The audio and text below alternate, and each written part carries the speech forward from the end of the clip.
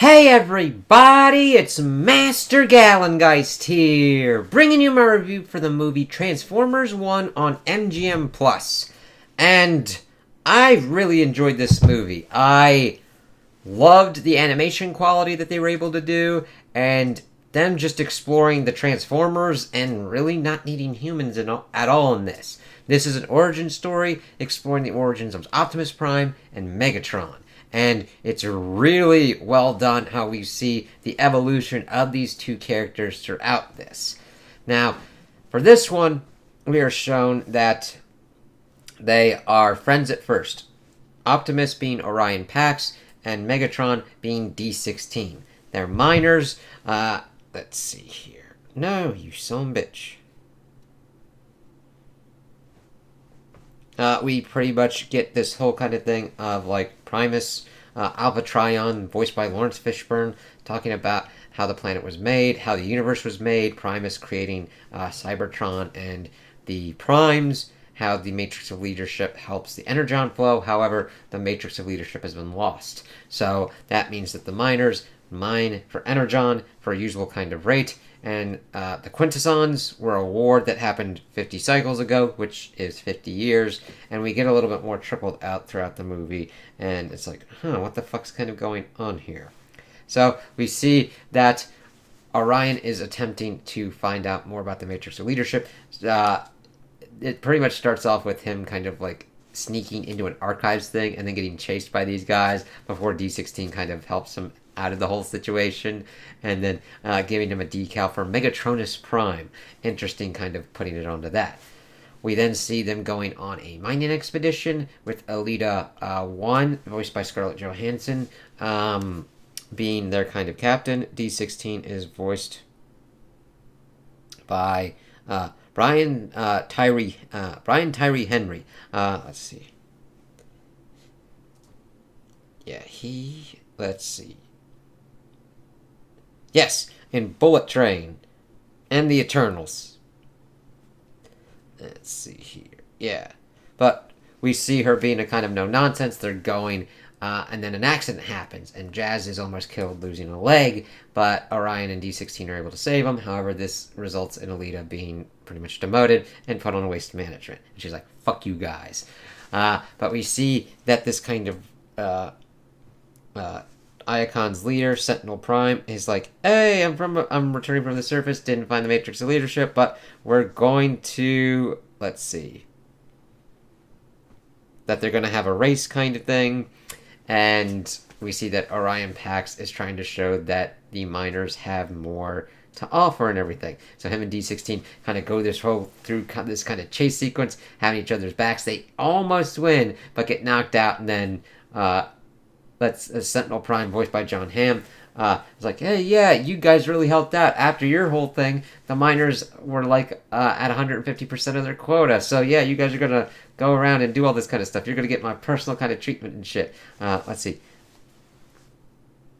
Does it say Arachna?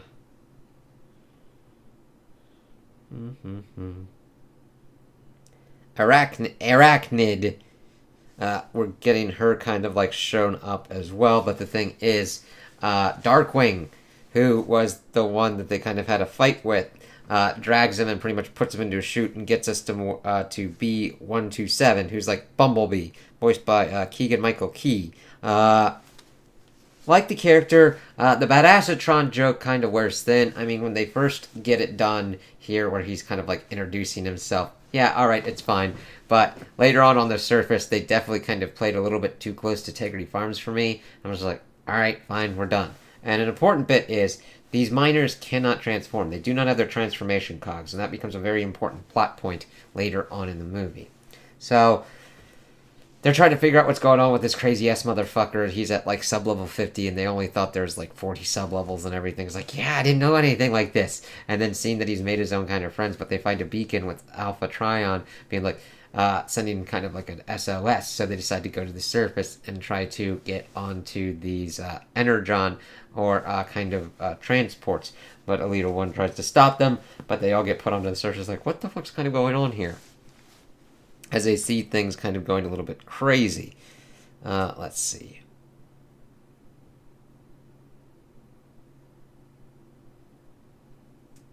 Yeah. However, they finally get to the point of the SOS and find a pretty much this being the place where the primes were killed. Alpha Trion is still alive, but he needs some energon, so they feed it to him. He gives them the whole spiel that Sentinel Prime had betrayed them to the Quintessons and pretty much killed all of them. And this, of course, rocks everybody's world and all that. And like, we have the truth. We gotta bring this. And of course, the Quintessons we see are on the surface and still fighting. It's like, what the fuck? So Sentinel Prime had teamed up with them. We also see that they see a deal going down between the Quintessons and Sentinel Prime, and that he's pretty much working these miners to death to pay back being made ruler of Iacon and of Cybertron. It's like, you fucker. He actually stole Megatronus Prime's transformation cog, and he's also removed the transformation cog of the miners. It's like, you fucker, taking their abilities and everything. But Alpha Trion takes some of the prime cogs and bequeaths them to D16, Orion Pax, Alita, and B127. And seeing them attempt to try and figure out how to transform, I could see it getting a little bit long, but I liked seeing them attempt to do that. Megatron getting, D16 turning into more of the kind of tank. Of course, Orion Pax going for the truck. And pretty much Bumblebee turning into a smaller kind of car. Let's see here. And of course, he was not deemed worthy to be a prime, so the Matrix disappeared.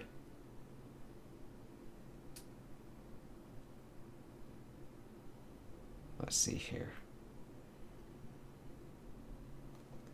So they pretty much are trying to get back to Icon City to let everybody know the truth, but they kind of pretty much get captured by the High Guard, who were working with, who were supposed to kind of like protect the city and everything with the primes and all that, and they've been trying to work against Sentinel Prime. We get introduced to Starscream, who is voiced by Steve Buscemi. We see that D16 is going further and further into more of a kind of Megatron-like mindset, trusting only himself, going only for power, not wanting to be deceived again, and seeing that Megatron's Prime symbol becomes the eventual symbol of the Decepticons.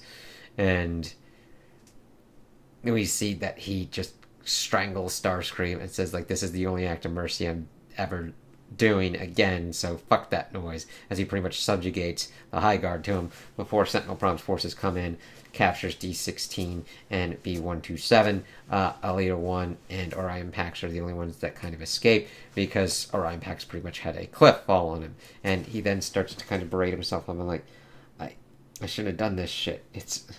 Look at all the shit that's going on. And he was like, pretty much agreeing with him, but saying, like, you have the vision of a better tomorrow. You've got hope and everything. You can inspire these people. So they actually inspire some of the High Guard that were not captured by Sentinel's forces.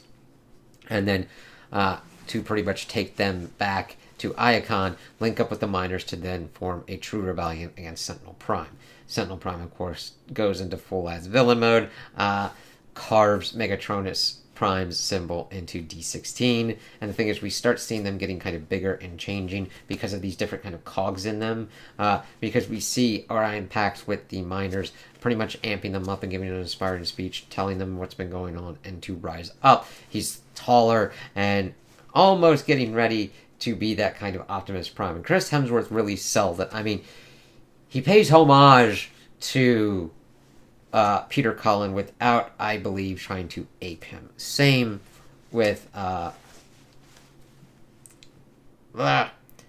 Brian Tyree Henry. It could get into just aping kind of territory of just copying the ones that came that made such iconic, but I feel that they get to put their mark on the younger versions, but then also the kind of bigger versions as well, as we see them blasting through and having great action. The scene where Sentinel's forces take the prisoners is a really good, well-done action scene, because it actually utilizes transforming as combat maneuvers, because Orion Pax has someone and then starts transforming to, like, break their ass apart. It's like, holy fucking shit. There you go. Transformers would fight kind of differently like this. Now, because of, like, hand animation being kind of different, and that would be more difficult to do back then, it would also be difficult here, but new technology allows you to do kind of crazier shit with Transformers. I was like, yeah. My kind of, the one that I identify the most with is, of course, the Beast War kind of ones. So that kind of computer CGI one. So I was like, yes, do this, work it out. Let's see. Yeah, Soundwave and Shockwaves are the ones. So you're like, Orion working with them? That's kind of crazy when you're used to them being Decepticons. Let's see. D16 actually is able to pretty much like... let's see.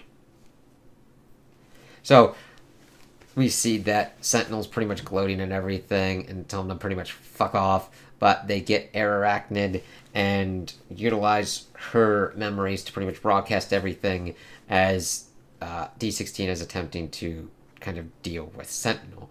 And the thing is, Orion sees what's going on. We also see that B127 has like knife hands, and that's a kind of like funny bit as he's like going through and just like doing some crazy ass shit. And he's like, they're like, chill the fuck out, man.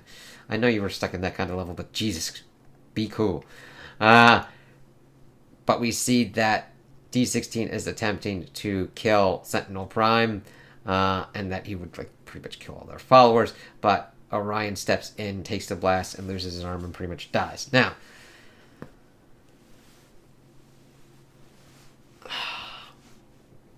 I had the issue of Revenge of the Fallen, where they essentially ape out the whole thing of Optimus dying and then bringing him back in the same movie. It's all down to execution. That one just wasn't executed very well. Here, it's a pivotal part of both of these characters' stories. It's actually done well instead of just being done just for the spectacle of it. Orion sacrifices himself to stop D16 from becoming that which he's attempting to destroy. And D16 we see as his eyes changing throughout and then turning to red and saying, I'm done saving you, and dropping him into the core. But this then shows off as we get them into their pivotal transformation scenes to the characters that they become. And it sucks because we see this friendship pretty much die and turn.